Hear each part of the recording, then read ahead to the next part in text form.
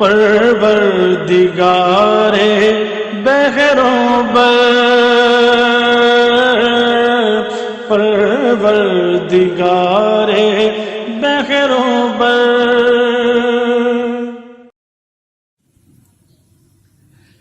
سامعین گرامی، آج اناجیل مقدسہ کا تعارف کرواتے ہوئے 5 منٹ قرآن کریم کے ساتھ اس پروگرام میں ہم اس کا دوسرا حصہ پیش کرتے ہیں۔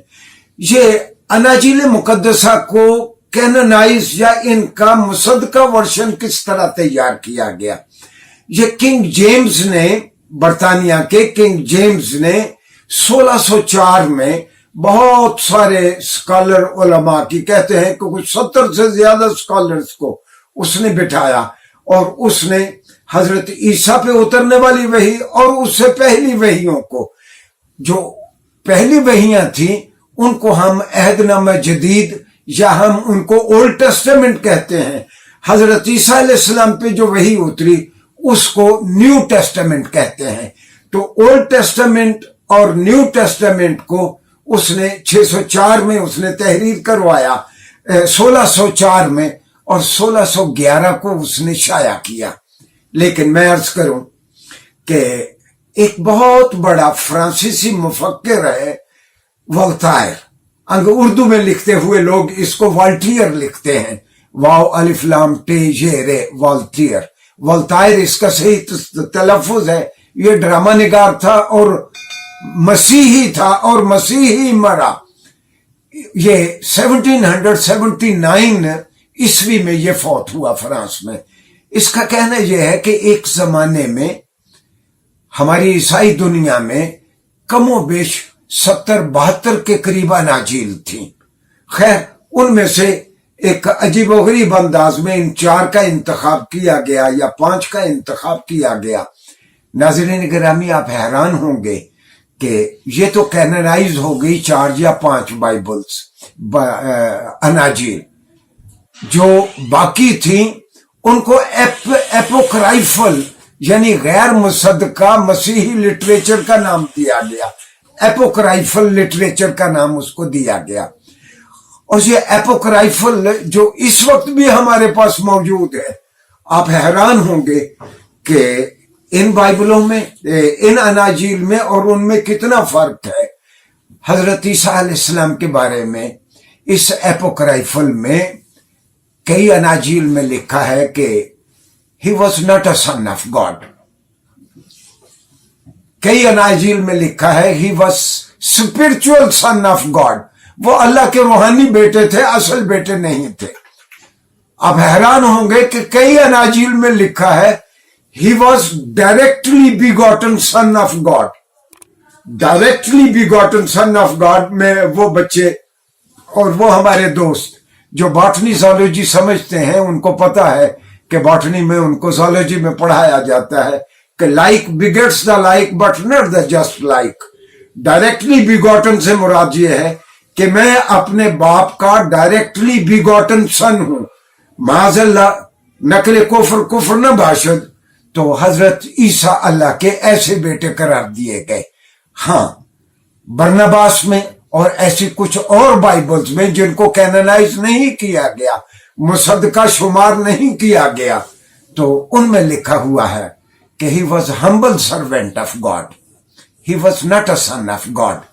تو یہ حضرت عیسیٰ علیہ السلام کی ذات گرامی کے بارے میں ان ساری بائبلوں میں اس طور پر اختلاف ہے۔ جس طرح میں نے پچھلے لیکچر میں عرض کیا تھا کہ جو اناجیل مقدسہ ہم تک پہنچی ہیں اس میں سے صرف 18% حضرت عیسیٰ کی جانب منسوب کیے جانے والے بیانات عیسائی علماء کی رائے میں ان کی جانب منسوب کیے جا سکتے ہیں۔ یہ کونسل آف نائسیا ہے۔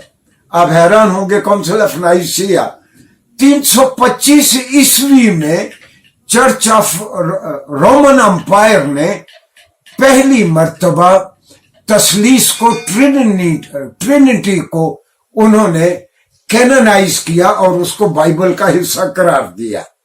تثلیث کو حضرت عیسیٰ کے اٹھائے جانے کے تقریباً 300 سال بعد یا 295 سال بعد تثلیث کا نظریہ عیسائیت میں شامل کیا گیا. اور پھر چرچ آف روم نے رومن امپائر نے 381 میں باقاعدہ طور پر عیسائیت کو اپنا سرکاری مذہب قرار دے دیا. اس کے بعد 450 میں 535 میں 787 میں بار بار یہ میٹنگز ہوتی رہیں اور وہ بائبل کا فیصلہ کرتے رہے.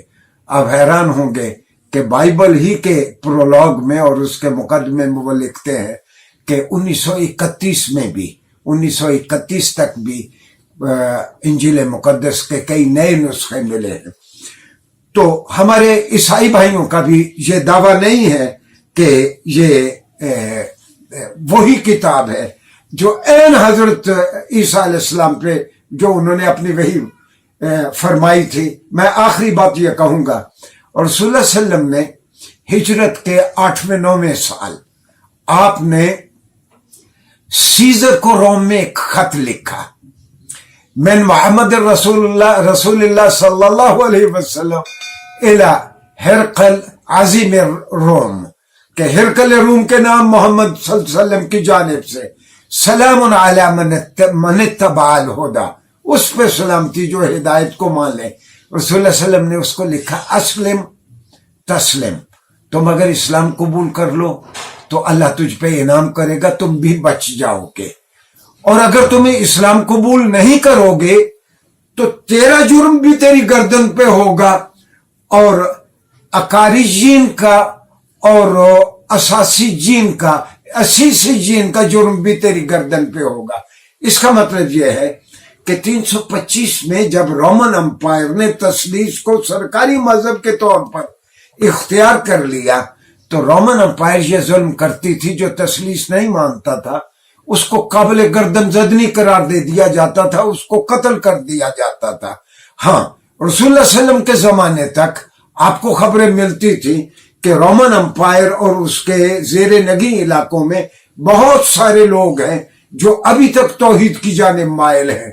لہذا رسول اللہ صلی اللہ علیہ وسلم ہرقل روم کو، سیزر کو لکھتے ہیں، اگر تم ایمان نہ لائے تو تیرا گناہ بھی تیری گردن پہ ہوگا، اور عوام الناس جو ابھی تک توحید کے قائل ہیں ان کا گناہ بھی تیری گردن پر ہوگا. تو ہمارے مسیحی دوستوں کو بھی یہ دعویٰ نہیں ہے کہ یہ کتاب عین اسی طرح محفوظ ہے جس طرح حضرت عیسیٰ علیہ السلام پہ اتاری گئی تھی. شکریہ جی. پروردگار بحر و بر